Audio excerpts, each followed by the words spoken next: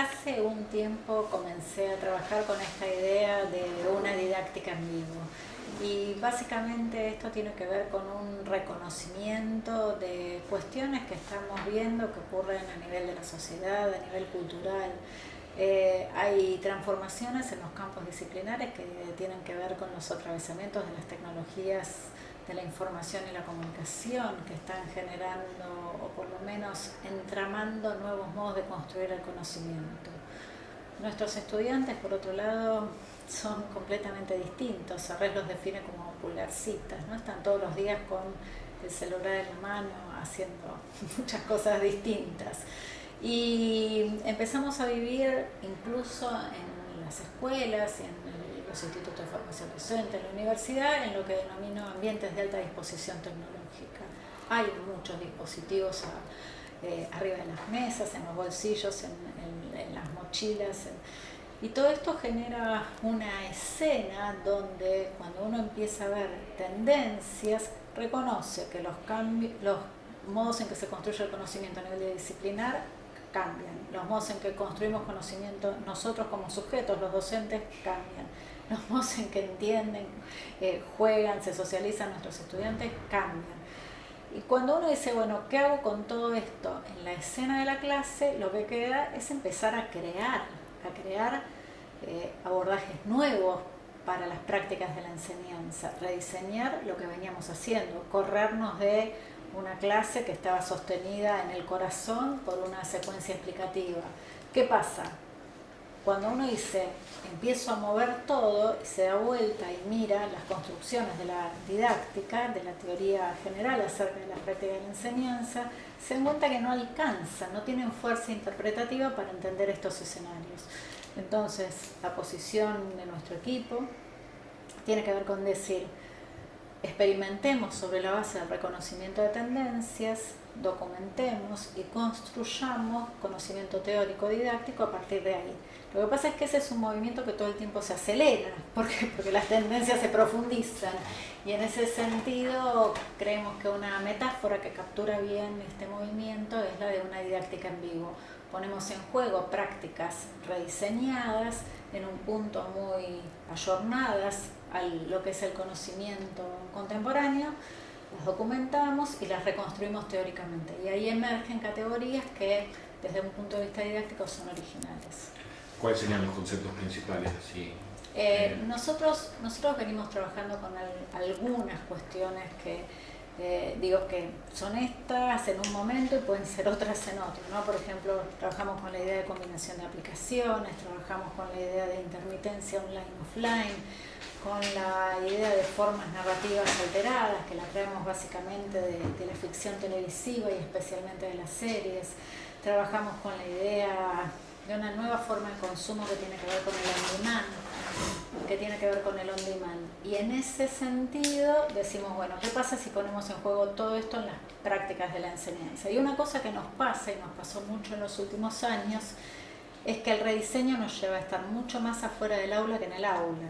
Y entonces emerge como una construcción afuera de la clase, ¿no? Hoy estamos pensando más en qué es lo que justifica que estemos adentro más que lo que justifica que estemos afuera. Estamos todo el tiempo afuera, pero estamos afuera porque estamos buscando, por un lado, intervenir la realidad cercana en la que vivimos y por el otro lado generar para esa realidad construcciones originales desde el punto de vista del conocimiento. Entonces tenemos que estar afuera.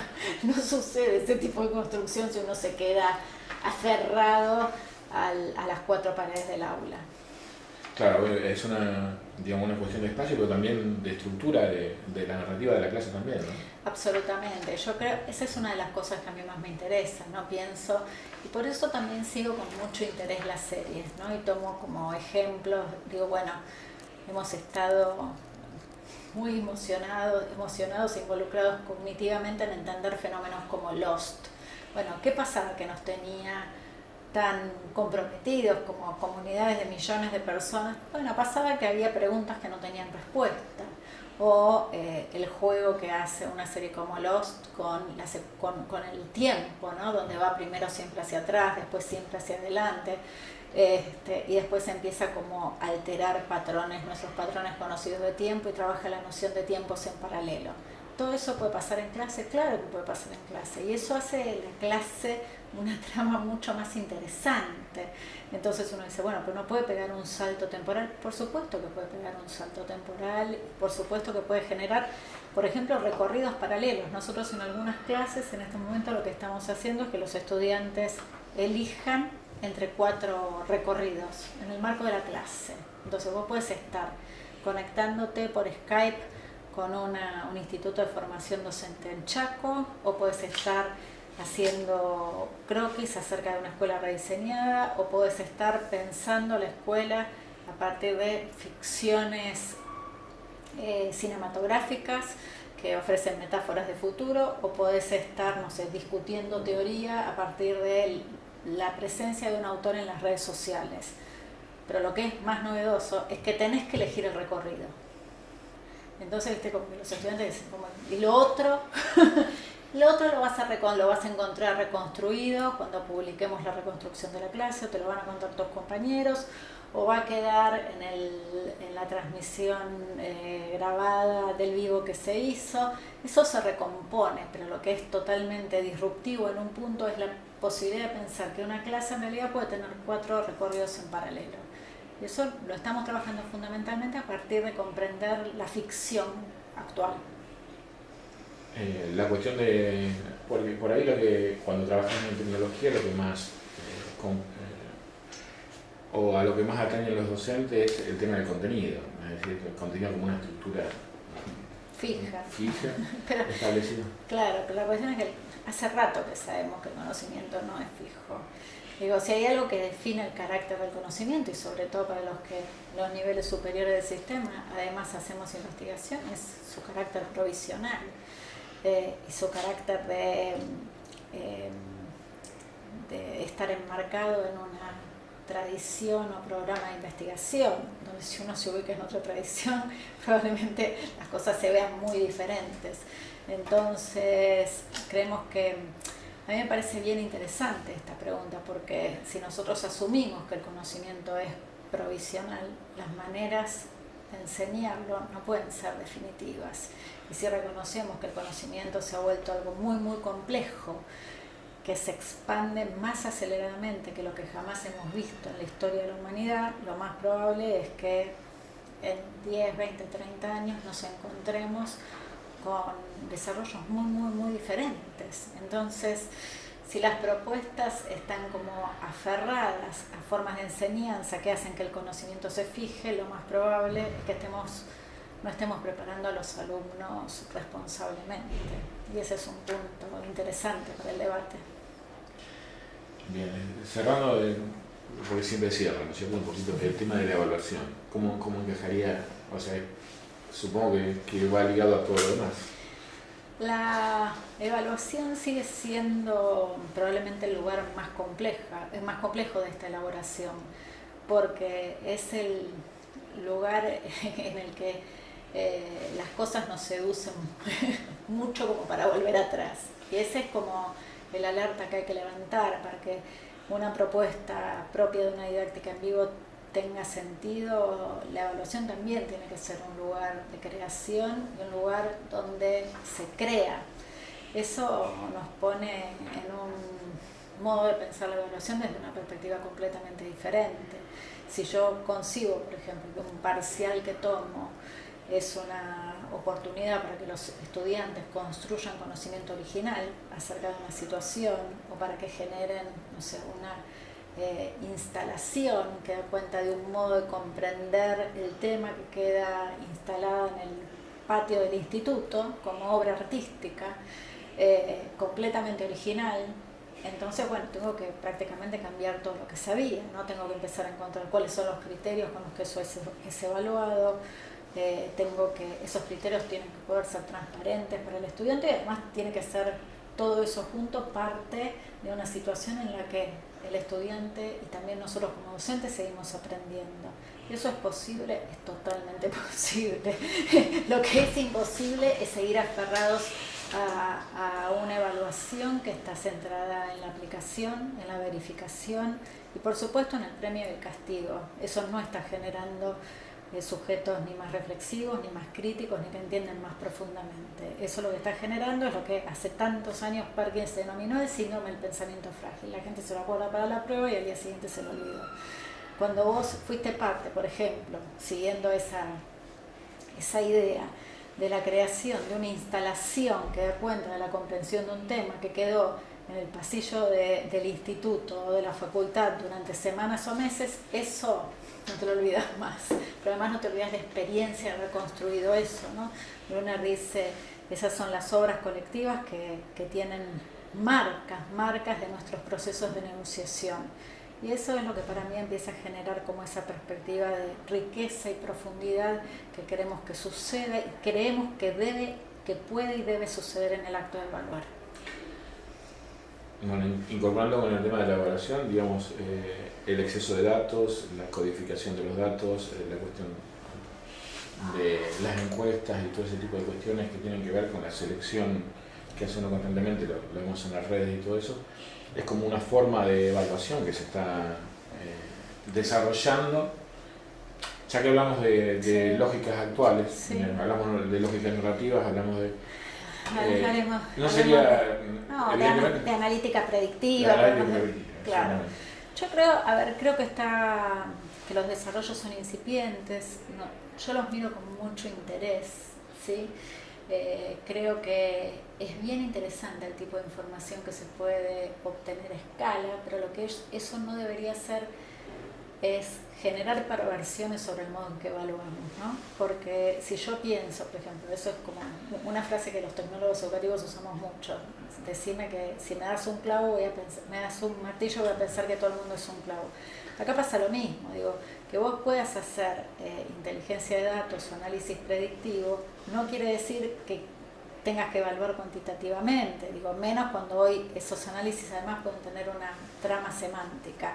Yo lo que quiero es ser como súper consistente a la hora de pensar que si para mí el mejor modo de evaluar en las disciplinas que yo manejo, que son sociales, en las que evalúo, que son sociales, es una trama de análisis de tipo interpretativo y una creación original, bueno, si todas las posibilidades de desarrollo de análisis inteligente existen, no deberían llevar a que yo cambie esto. Deberíamos pensar cómo yo puedo hacer análisis inteligente del tipo de datos que yo genero. Y ahí todavía hay un gap, ¿no? Porque me parece que todavía hay mucho por desarrollar en materia de penetrar en el significado de tramas que son interpretativas.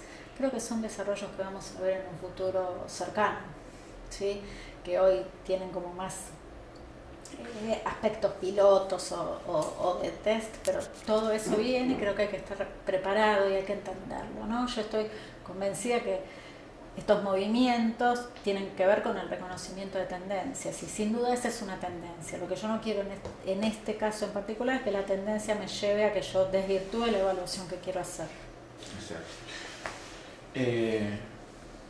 ¿Qué tendríamos que estar observando los docentes como para estar atentos en cuanto, digamos, hablamos de la dinámica de las series, pero también están videojuegos, hay un montón de situaciones nuevas que no sé qué nos podrían brindar elementos como para incorporar en clase, ¿no? Nosotros estamos mirando mucho, a partir de un trabajo de Frank Rose que se llama El arte de la inmersión, lo que son los fenómenos inmersivos. Y ahí Rose pone los juegos, pone las series, pone ciertas campañas que tienen un alcance muy grande en términos de viralización, algunos fenómenos que en ciertos casos están vinculados con la publicidad y que crean como grandes tramas narrativas que nos involucran emocionalmente y que nos hacen sentir que podemos actuar, ¿no? La gente en las series está mirando la serie y está interactuando con una comunidad y hasta en un punto logran influenciar los guiones, con lo cual creo que hay ahí algo interesante para ver, para pensar como fenómeno. Yo creo que hay que actuar en dos planos. Uno es el de las tendencias que tienen que ver con el propio campo, ver qué se investiga, qué se discute, por dónde está yendo el mundo, y ahí me parece que es bastante obvio esto, pero en un punto yo invitaría como a los colegas a ver todos los contenidos que estamos enseñando, bueno, en qué medida están en la trama de las discusiones de las investigaciones actuales. Y a veces uno se terminaría llevando una tremenda sorpresa, ¿no? Porque no están. Entonces yo digo, si descubrimos que no están, hay que pasarlos al capítulo de la historia del campo.